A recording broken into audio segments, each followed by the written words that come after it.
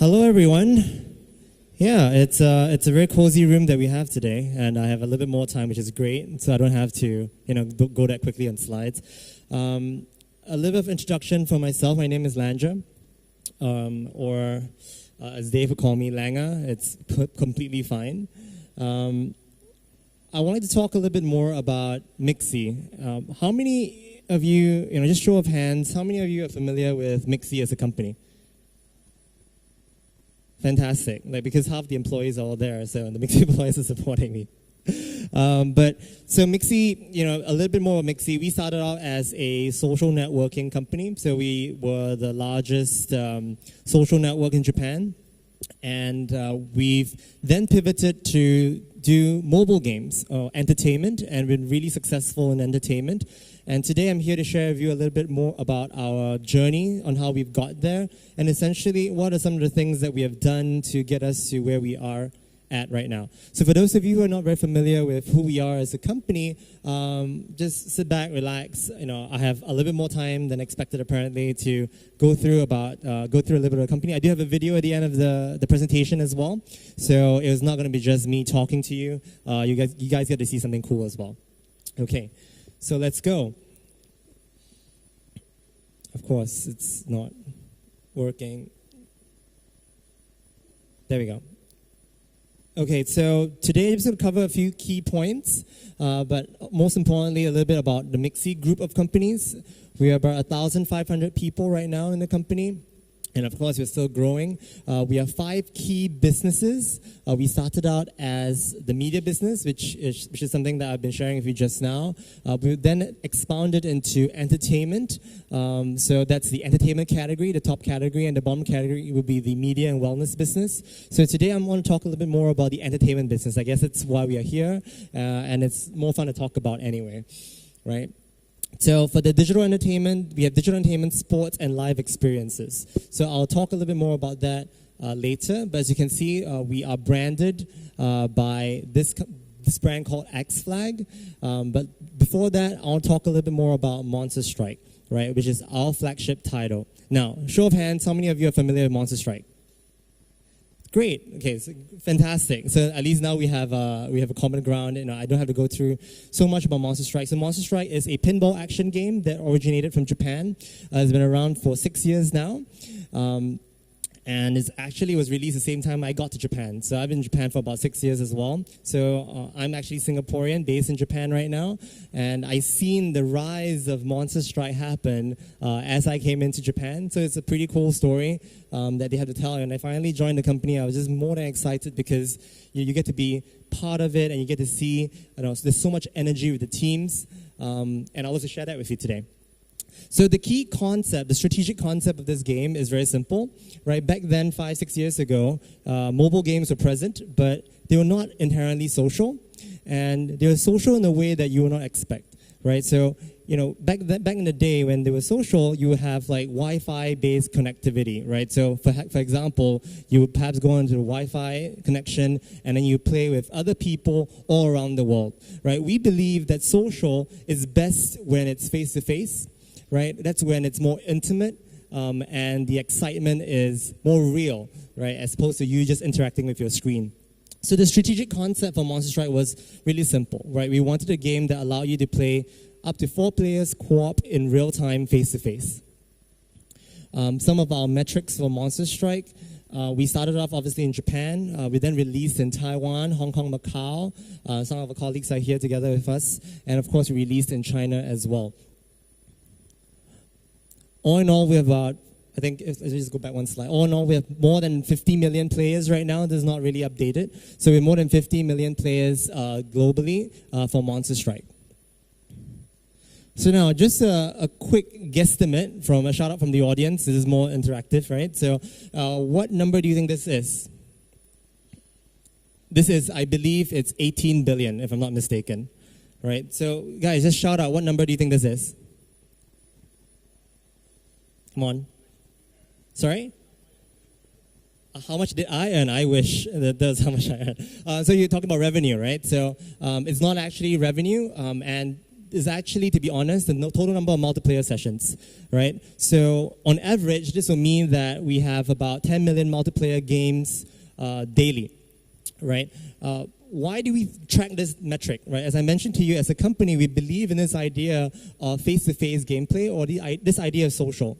Our roots from Mixi is really inherently grounded in social. So we wanted to bring that concept into the gaming sphere, and we track all these metrics that are very close to social. So, for example, the multiplayer DAUs or the multiplayer sessions are very important for us to track.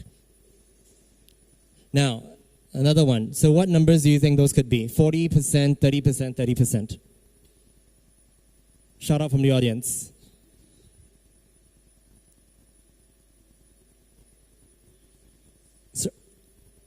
Sorry?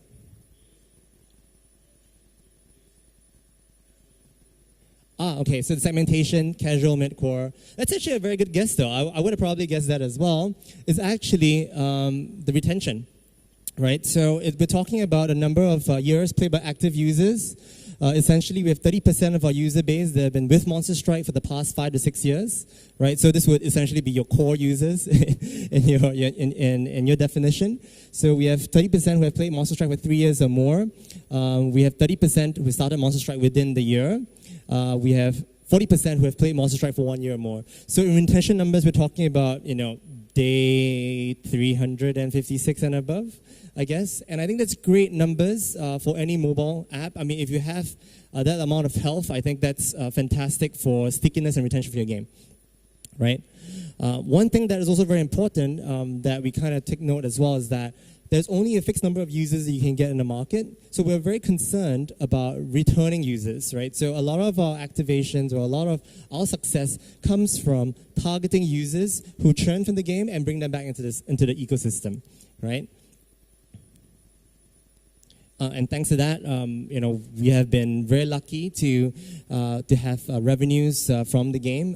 Thanks to the game, I'm able to travel. I'm here to speak with you guys, and hopefully we can continue that level of success with the game. So, now, how can you recreate this, right? I mean, if you were on the other side of the table and you want to see what are some of the learning lessons that you can kind of take from X-Flag, here's our story. Right, and it starts with a very strong brand purpose. So X-Flag which is the entertainment brand. So Mixi Group is the holding company. That's the overall parent company. The X-Flag brand focuses primarily on entertainment, and we like to say that everything that we create is all about high adrenaline entertainment, right, or high adrenaline battle entertainment that brings friends and family closer together. I will spend more time looking at the Unites Friend and Family line, just because everything that we do within the company is very focused on making sure that you and your friends or your family can actually get together with our product or our service, right? We call this the BBQ Concept. Right, and you see this in our logo, and you see this in our name cards as well, and it's very important to the company. This is a reminder to all employees within the company that we need to create the same experience or the same feeling that you get when you're in a barbecue with friends and family, right? So if you just picture a barbecue with friends and family, it's all about high fives, cheers, drinking beers together. I've never been to a sad barbecue before, right? Let's put it that way, right? So it's the same feeling that we want to give you when you interact or touch base with any of our marketing activations or X-Flag products. A little bit about how Monster Strike as a game has kind of evolved over the years. We started off obviously with the Japan launch, then we launched in Taiwan, Hong Kong, Macau launch, we launched here soon after. We then started to go a little bit more core towards the more core users by creating a esports-based competition app, which is Monster Strike Stadium. We then expanded upon the universe by creating animation. We did a 3DS console game. We have a movie that we've signed together with the Warner Brothers team in Japan. We then launched new games to kind of test the market and see whether we can recreate this level of success. And of course, our launch in China. So, if you were to ask, what makes X-Flag so special, I mean, vis-a-vis all the other gaming companies in the market, I would say that vertical integration is a very important phrase that we use within all divisions of the company, right? So what is vertical integration? Essentially means, let's go to the answer immediately, that we create vertical slices across all categories with our one key IP.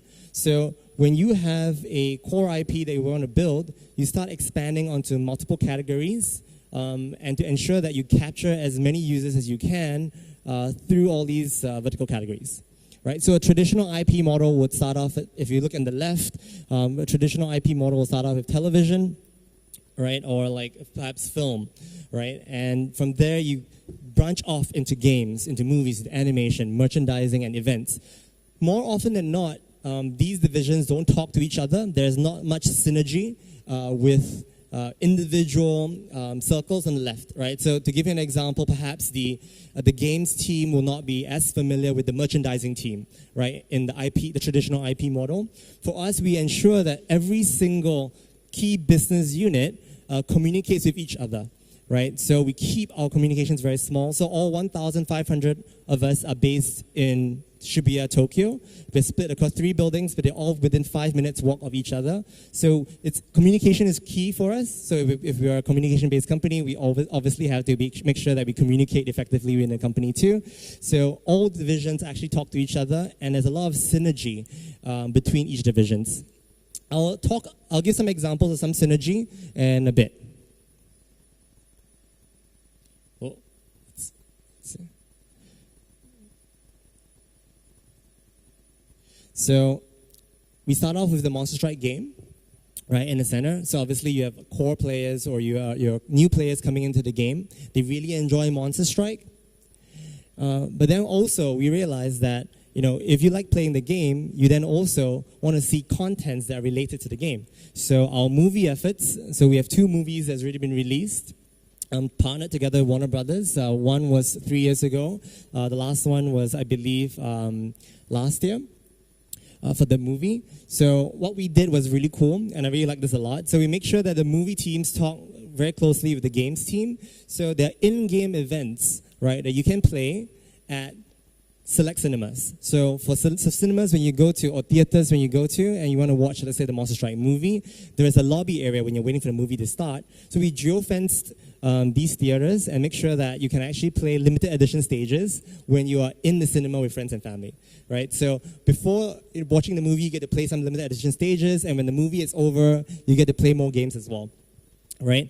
The good part of this, and this is a really funny story that the team is telling me, is that this initiative was so successful that people were actually playing the game more than they were actually watching the movie. So in the cinema, you see a lot more of cell phones actually playing the game instead of watching the movie. So I think it's a very good problem to have, and I really like how they kind of integrated the divisions together. We also have a flagship event called X-Flag Park. So instead of having a booth, right, for B2C booth, we decided to have our own B2C booth that's not shared with other companies. So we call it X-Flag Park. So we just had one literally last weekend. So July 13th, 14th, and it's 8 halls in the same place where you have Tokyo Game Show, and it's crazy fun, right? So you have Cirque du Soleil coming in dressed up as Monster Strike IP. You have a full hall dedicated to food and beverages. You have celebrities coming in and perform. You have extreme sports. You have esports.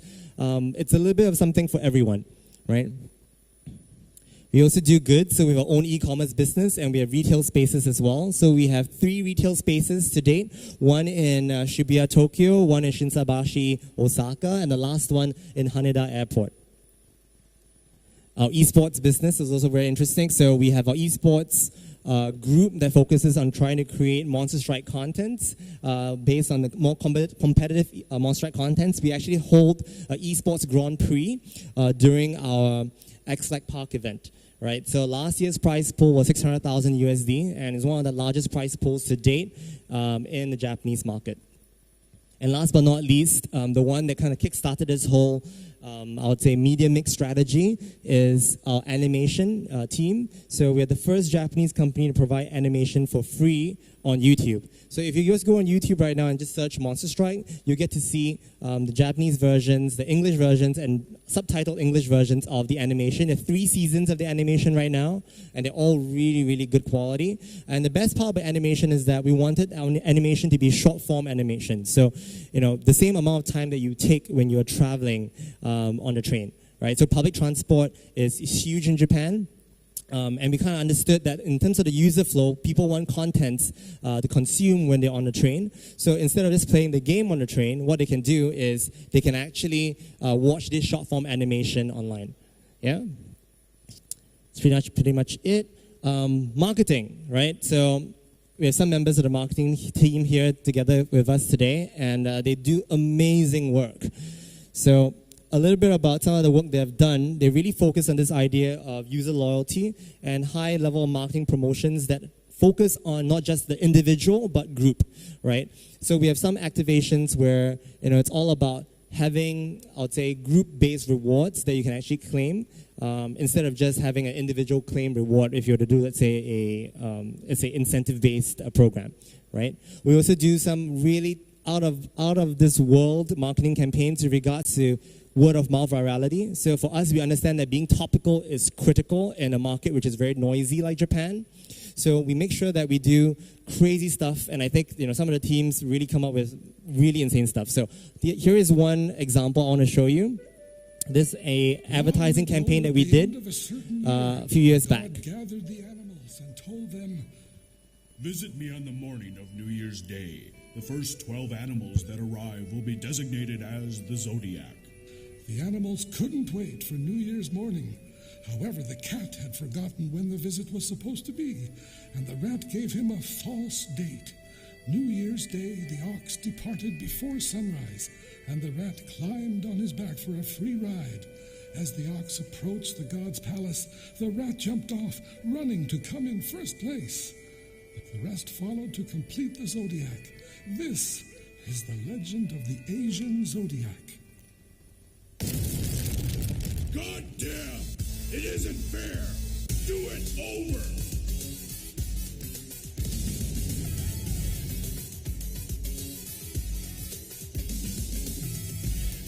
All 13 animals from the legend were cast, and an actual race took place. The proceedings were live cast through multiple media, and now the time has come. Do it over!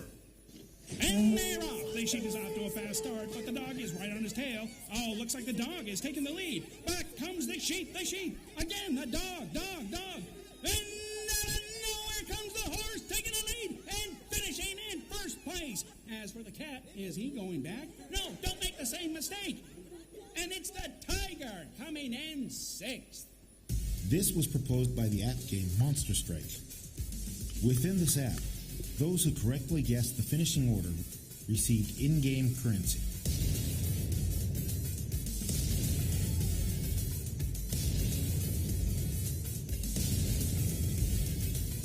More than anything, Monster Strike had resurrected this legend in the modern age. Do you guys like that? Yeah, that was great stuff. Yeah, kudos to the marketing team, yeah? Like really out of this world. So I was actually in the office when they were live streaming this event on YouTube, and I just hear people screaming around me. I was like, what's happening? And some of them were actually supporting the cat, and the cat was actually going backwards. So it's very typical of a cat to do that for you, I guess. Yeah. So, just kind of sum up the marketing activations and what we do, it's all about trying to facilitate communication, right? So one of the metrics that you saw was all about, being topical, right? So trending on YouTube or Twitter, that's very important to us. Why? Because we understand that word-of-mouth virality is key to making your game grow organically. So whatever we do, it's all about trying to make sure that you can create that word-of-mouth virality, right? So there are two categories of marketing promotions that we do. So one is where you log in and pick up, and then you play. So you log in for goodies, and if you go in together with friends, you can do it. But the one activation that I'm more excited about, and I think is really cool, is the idea about playing together, right? And that you get to actually claim prizes together as a group of friends. So to give you an example, the one in the middle on the right is the Baskin Robbins campaign that we did. So when you complete or play games in Monster Strike, you can actually claim actual ice cream right? So this kind of like an online to offline activation for us, but instead of doing it by yourself, you can do it with friends as well, right? So you can actually claim together with friends in order to get the ice cream together. So I thought that's really cool, and it kind of really gives you an incentive for friends to kind of hang out and talk, right? So so next steps, right? So what are we doing next is primarily trying to expand on the economic scope of Monster Strike. So we're going to look into more categories. We're going to have more divisions that are looking into new initiatives that we're doing. So to give you an example, our merchandising team has a trading card game that has more than 3 million cards shipped. We're going to continue to do X-Lac Park. So that was X-Lac Park 2018. So X-Lac 2019 was also more than 40,000 attendees as well. We're just going to continue to push down the lever or push down the pedal on making sure that we can get as many exciting contents as we can for our X-Lac fans. Yeah. And that's pretty much it. Yeah. Thank you so much for your time, everyone. Yeah? And now comes the hard part, right? The questions. Yeah, that was super cool. Thank you very much. Come on, we've grabbed some questions on this. This is the biggest game in the world. Oh, you're right at the back. Here we go. I'm coming. It's all right. I'm coming to you. Getting the sweat on just by moving. Just make it easier to you. Thanks for a great talk. I'd like to ask more about the game and the concept you had in the beginning, like friends and family, cooperative, competitive game. When you tested the game inside the company, you intended it to be cooperative. But usually when a player downloads it from the store, he doesn't know about that. Is there a way where when you somehow help them to understand this, or it just goes naturally? So I think the simple answer to your question is really all about timing, right? So back then, it was very easy for us to kind of figure, okay, so to give you a little bit of context, this is 6 years ago, right? So 6 years ago, the App Store is not as flooded as it is right now in today's day and age. And contents back then were not as social, right? So it was very hard to figure out, how exactly can I connect with friends or play with friends. Yeah. So when we tested it internally, we loved the game. Right, and we knew very well that it's going to be a huge success just because of how well it was received within the internal playtest that we had. But one thing that we actually did to facilitate communication was, and I don't think it's replicable today, but one thing that we did was we intentionally not added a tutorial.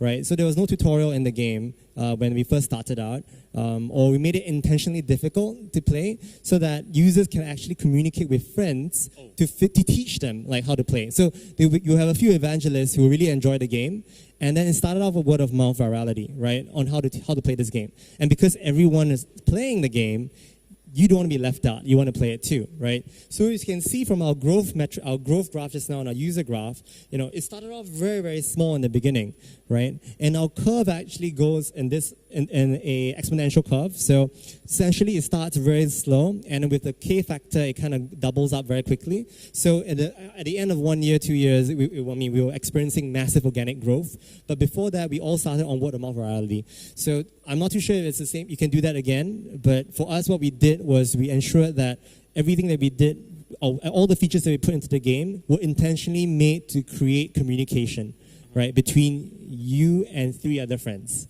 right? I think that was the key thing that we did. Yeah, so I hope that answers the question. Yeah, thanks. Yeah. Do we have any other final questions? We do over here. I'm coming around. Okay, thanks for your speech. Yeah. My question is about the Japanese market, if you don't mind. Okay. There's a lot of, more and more overseas mobile games coming into Japan, like Chinese mobile games. So my question is, what are the most important themes when you publish mobile games in China right now? In these circumstances. Sorry, just to make sure that I clarify a question. For China to come into Japan, for Chinese games to come into Japan, yes. Or is it the other way around? Do you have any advice for those overseas publishers? Right, who want to go into Japan? Yes. Got it. Okay, I do have some advice. And this is my advice, not X-Flag's advice. Okay, but I would say that these are some general I'd say rules of thumb. I mean, there's no right or wrong answer to this, right? I think even as a big company like us, as Mixi, we're still figuring things along the way about the Japanese market. So I may not have the 100% perfect answers for you, but based on what I'm seeing so far, I do notice that Chinese developers that tend to do better in Japan are the ones that really focus on hyper-localization. So what that means is instead of just changing the text from Chinese to Japanese, they literally make sure that it's topical. They're using a text or dialogue which is extremely topical to the Japanese market.